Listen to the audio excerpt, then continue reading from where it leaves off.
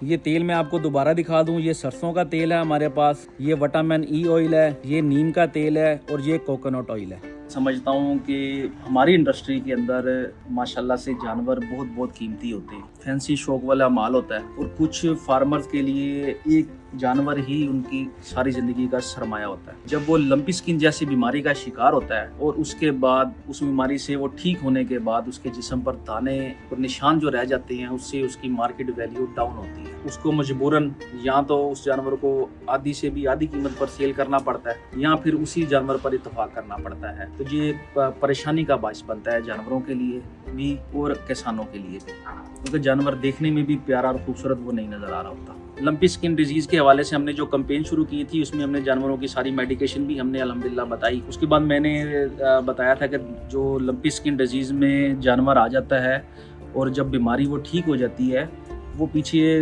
दाने और निशान छोड़ जाती है। उन निशानों को ख़त्म करने के लिए हमने एक वीडियो के ज़रिए भी दोस्तों को गाइड करने की कोशिश की। फिर भी बहुत ज़्यादा मैसेजेस और फ़ोन कॉल्स आ रही थी कि भाई कौन सा तेल लेना है, कितनी मिकदार में लेना है, मिक्स कैसे करना है, लगाना कैसी है। तो मैंने सोचा कि एक वीडियो की शक्ल में वो तेल मंगवा के आपको दिखा दूँ और उसको बनाने का तरीका भी समझा दूँ। अच्छा, मैं हर तेल की खसूसियत भी आपको बताता जाऊंगा ताकि आपको समझने में आसानी हो कि किस तेल का क्या मकसद है और इस फार्मूले से हमें क्या बेनिफिट मिल सकता है। अच्छा, इसमें सबसे पहले हमारे पास ये है सरसों का तेल। सरसों का तेल जो है ये जिल्द को नरम करने में मददगार साबित होता है और जिल्द को चमकदार भी बनाता है। अच्छा, ये हमारे पास नारियल का तेल है जो जिल्द को नम रखने में मददगार साबित होता है और बाल उगाने में भी मददगार साबित होता है। अच्छा, इसमें हमारे पास ये है नीम का ऑयल। नीम का ऑयल जो है ये नेचुरली एंटी बैक्टीरियल है और जिल्द को जल्दी ठीक करता है। इसमें कुदरती तौर पर हीलिंग प्रॉपर्टीज़ होती हैं। अच्छा, इसको लगाने से भी जिल्द एक तो जल्दी ठीक हो जाती है और बाल भी आना शुरू हो जाते हैं। अच्छा, हमारे पास ये विटामिन ई ऑयल है जो निशान कम करता है और जिल्द को मजबूत बनाता है। अच्छा, मैं आपको इन चारों तेल की क्वांटिटी कितनी कितनी लेनी है वो भी बता दूं। इसमें सबसे पहले आपने सरसों का तेल लेना है। अब रेशो आपने समझ लेनी है, ठीक है, बाकी आप अपने हिसाब से उसको मिक्स कर सकते हैं। आपने 40 ml जो है वो सरसों का तेल लेना है, 30 ml आपने नारियल का तेल लेना है इसमें, और 20 ml आप लेंगे इसमें नीम ऑयल, और इसके बाद आखिर में आप 10 ml के करीब आप विटामिन ई ऑयल भी ले सकते हैं। अच्छा, विटामिन ई ऑयल अक्सर जगहों पर शायद अवेलेबल ना भी हो, या अच्छे पंसार की दुकान से मिल जाएगा।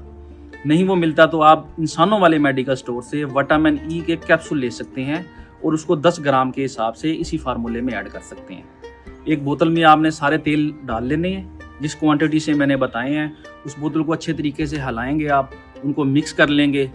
मिक्स करने के बाद जिस जानवर के मतलब ज़ख़म खुश्क हो गए हैं, बीमारी से वो निकल आया है और उसके निशान बाकी हैं, तो आप पहले उसकी जिल्द को, उस जगह को पहले आप साफ़ करेंगे। अच्छे से साफ़ करने के बाद उसमें गोबर और या पेशाब वगैरह इस तरह की चीज़ें ना लगी हो, ना मट्टी हो, उसको किसी कपड़े से साफ़ कर लें या आप डिटोल वाले पानी से भी उसको साफ़ कर सकते हैं। उसको फिर खुश्क होने दें। उसके बाद दिन में 2 मरतबा हाथ पर आप तेल लेने के बाद हल्के हाथ से उसको मसाज करेंगे और इंशाल्लाह अगर आप ये रूटीन 2 हफ्तों तक जारी रखते हैं तो 2 हफ्तों के बाद आपको उसके अंदर वाज़ेह फ़र्क नज़र आएगा।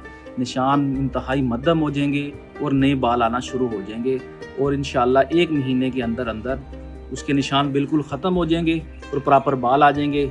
कोई बंदा नहीं कह सकेगा कि ये इस पर बीमारी ने हमला किया था या इस पर निशान है। तो आपके जानवर की जो वो वैल्यू है वो बरकरार रहेगी। आप उसी कीमत पर दोबारा से सेल कर सकेंगे जिस कीमत पर वो बीमारी में आने से पहले था। तो उम्मीद करता हूँ कि हमारी ये छोटी सी कोशिश आपको इंशाल्लाह पसंद आएगी। आपसे गुजारिश है कि इस वीडियो को सवाब की नीयत से आप दोस्तों के साथ शेयर करें। आपके एक शेयर से हो सकता है किसी के कीमती जानवर का जो वो नुकसान है वो होने से वो बच सके और उसका जानवर अच्छी कीमत पर दोबारा से वो सेल हो सके। जज़ाकल्लाह।